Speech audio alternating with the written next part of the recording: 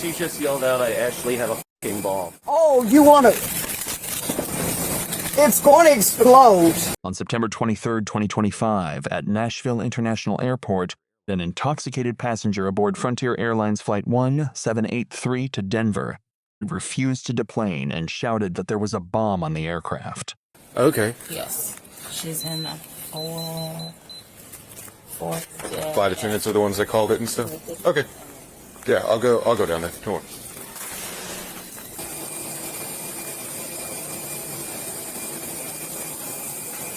Hey there.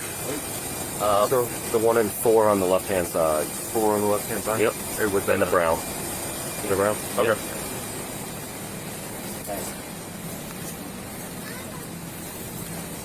Excuse me, ma'am. Hey, I need you to get up and come with me. Why?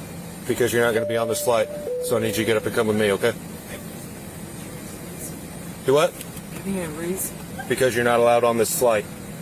Reason? They're not letting you on this flight. That's my reason. So you're not allowed to be on this flight. Now come on. So we can do this 2 ways. You can come off this flight with me, or... As I asked them, they wanted some fucking food. Okay. I'm not going to talk about it with you here. You can come off the flight with me, or I can clear everybody out, and then I can drag you off the plane. You clear everybody up. Okay. Nobody's going to know. Can you come down here, please?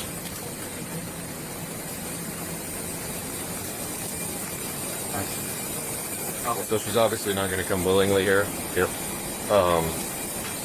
So we're probably going to have to remove her off the plane. Do you want to clear out the area, or... It is your choice. We will leave it completely up to you. Where are you more comfortable? Because my worry is that if she starts, flying, Right. she's going to hit somebody else. Uh-huh. So if we could just kind of clear The first 4 rows. the first 4, and then maybe the couple behind in case she flings something back. Yep. Absolutely. Absolutely. All right.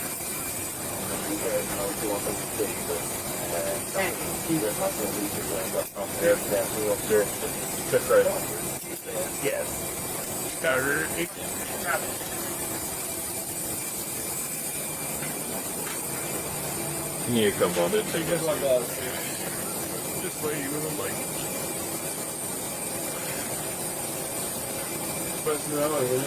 Sorry, where you guys heading to? Denver. Denver? Yeah. No. She's not making it out of Nashville today, it seems like. Oh, you snatched that off all day. Oh, yeah. Deep dip. Oh, they want. Just the first couple rows.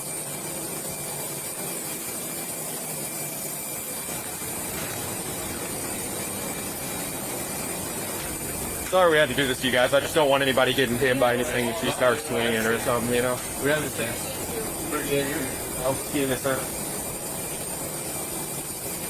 She just yelled out, I actually have a fucking bomb, so no one's going anywhere. Cool. All right. Perfect. Watch out. The narrow, but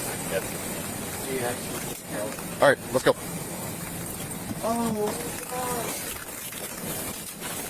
And they said, oh, you want to... It's going to explode. Let's go. We're not gonna jump like that. It's going to explode. Oh, it's going to explode.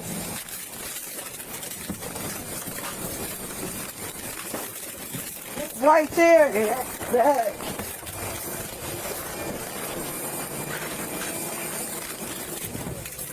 Hands behind your back. Thank you.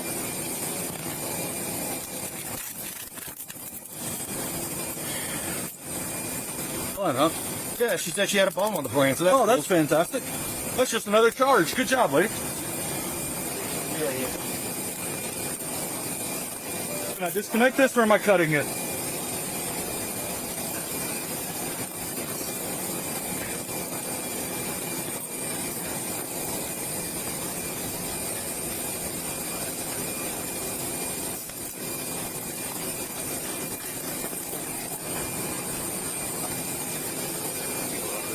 Back is still You want it out up? there.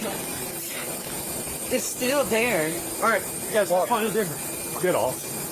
No, bomb's still there. I'm from God. Just keep making it worse. Hey, take this. Hey, Jordan, hold up a sec. If you can get her, I'm gonna grab her legs, because she's gonna pull us both off of this. If you can get her torso. I could just walk. No, you've already proven you can't. Come on. Really? Stop hooking your feet.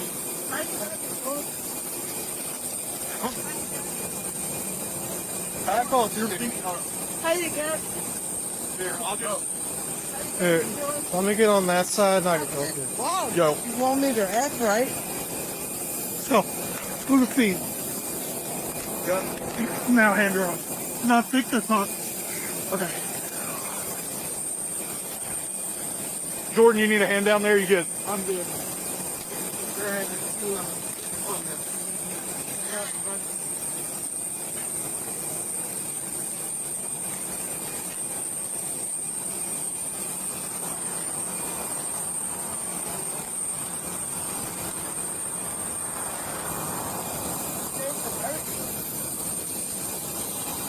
There you go. I can walk. Okay, you got a hot dog? Oh, good.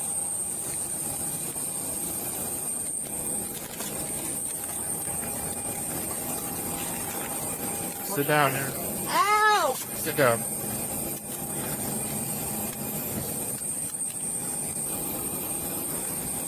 You got a hobble? I've got one up in my bag. Should be one in the glove box. This analysis examines the statutory framework triggered by that single statement. The legal foundation begins with 14 Code of Federal Regulations, Section 121.575, which prohibits any air carrier from allowing a person who appears intoxicated to board. The determination is vested exclusively in the carrier. Once exercised, the passenger's right to occupy the seat is extinguished, and any refusal to comply with a lawful removal order constitutes resisting arrest under Tennessee Code. At Section 39-16-602. The pivotal moment is the false bomb statement. Under Tennessee Code Section 39. At 502, subsection A3, it is a Class C felony to intentionally circulate a report of an impending bombing, knowing it is false, where it causes emergency response, places persons in fear of serious bodily injury, or interrupts the occupation of any conveyance. A commercial aircraft satisfies the statutory definition of conveyance. Every required element is established on body camera in real time. The penalty range under Tennessee Code Section 4035-111 is 3 to 15 years imprisonment with a fine up to $10,000. Critically, this offense is excluded from felony expungement under Section 4032-101, meaning a conviction remains on background checks indefinitely. Federal exposure follows in parallel. Aircraft fall within the special aircraft jurisdiction of the United States, defined under 49 U.S.C. Section 46501. Section 46504 criminalizes intimidation of flight crew, carrying a maximum sentence of 20 years. Section 46507 separately, that criminalizes false information concerning aircraft, with a 5-year maximum. Concurrent state and federal prosecution does not violate the double jeopardy clause under the dual sovereignty doctrine, reaffirmed in Gamble v. United States, decided in 2019. The third enforcement track is administrative. Under 49 U.S.C. Section 46318, the Federal Aviation Administration may impose civil penalties exceeding $52,000 per violation, independent of any criminal proceeding.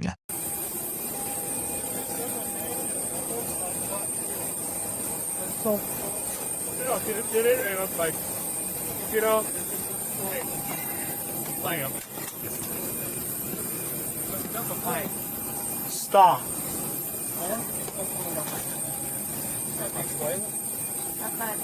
I'm gonna have to pull her legs back out. This time what you'll be doing, I do it. Dumbass. We've already told you what to do multiple times. I'm done playing with you. Dumbass officer. Sure ain't thank you. But you still ain't telling you.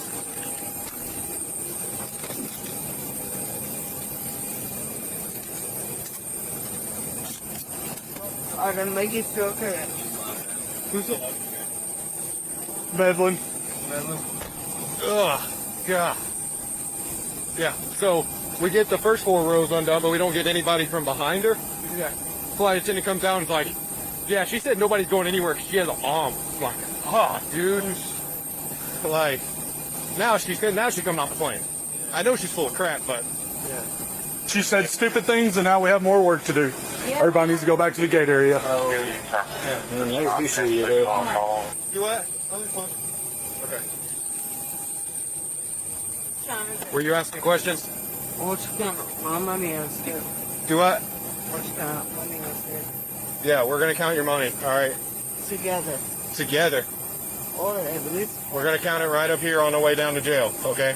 Do you have anything on you? What? Do you have anything on you? Any weapons? Any drugs? Anything like that? Okay. I need to make sure my mother floors get done. Dispatch, go and get a metro number for public intox to start, and then false reporting, and then, heaven forbid, if it's not a false report, then we'll go from there. Yeah. Okay. I'm sure. Disorderly resisting. On the use of force, the controlling standard is Graham versus Connor, 490. United States 386, decided in 1989.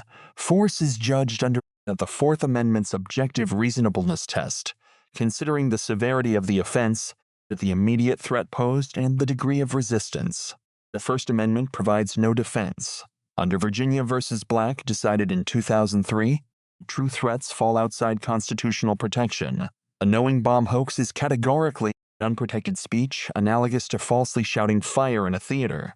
3 lessons emerge. First, the aviation environment is one of the few legal contexts where words alone, spoken in seconds, constitute a felony with decades of potential exposure. This reflects the asymmetric cost calculus between treating a real threat as a hoax and treating a hoax as a real threat.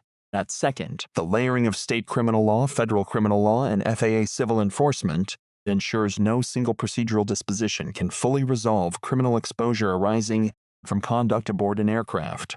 Third, intoxication is not a defense. It is, by operation of the federal aviation regulations, the very condition that authorizes the carrier to refuse transport in the first place. The legal architecture surrounding a 5-second statement is, by deliberate legislative design, both broad and severe.